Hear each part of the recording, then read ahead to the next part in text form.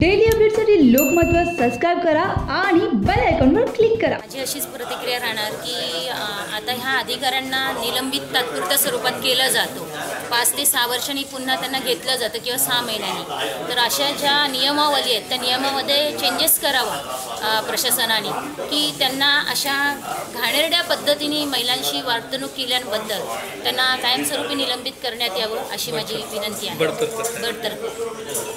थकबाकी होती, तिला ते मुदत वाढून घ्यायची होती, त्यासाठी तिने जे काय मागणी त्या अधिकारीने केलं हे खूपच म्हणजे लज्जास्पद गोष्ट आहे। कारण आम्ही सुद्धा एक महिला नगरसेविका असून आम्ही सुद्धा पालिकेत असतो, दिवसभर आम्ही अधिकाऱ्यांच्या केबिनमध्ये आम्हाला जाऊन आमच्या फायलीविषयी काय ना काय बोलायचं असतं। आता आम्हालाही सुद्धा इकडे असुरक्षित वाटायला लागलं आहे, कारण हेच अधिकारी जे इतर महिलांकडनं असे अपेक्षा करतात, तसंच आम्ही एक महिला असून आम्हालाही त्या गोष्टीचा असुरक्षा आहे।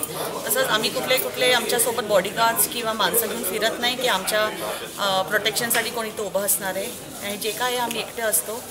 तर आम्ही तेच आमच्या सभापती महोदयाला निवेदन दिलं आहे की तुम्ही तातडीने आणि खूप कठोर काहीतरी निर्णय घेऊन या अधिकाऱ्याला निलंबित करावं। जी आपल्या महानगरपालिकेत घटना घडली, अधिकाऱ्याकडून एका महिलांवर अशी त्यांची मागणी, ते अतिशय निंदनीय आहे, अतिशय। कारण आज एका महिलांनी डेअरिंग करून ती बिचारी अधिकाऱ्यांकडे आली तरी, पण आता अशा वर्तन जर असेल अधिकाऱ्यांचं तर दुसऱ्या महिला डेअरिंगच करणार नाही। तर माझी अशी म्हणणं आहे की या अशा अधिकाऱ्यांवर आज एक अधिकाऱ्यांनी डेअरिंग केली, उद्या दुसरे 2-3 अधिकारी असे डेअरिंग करतील।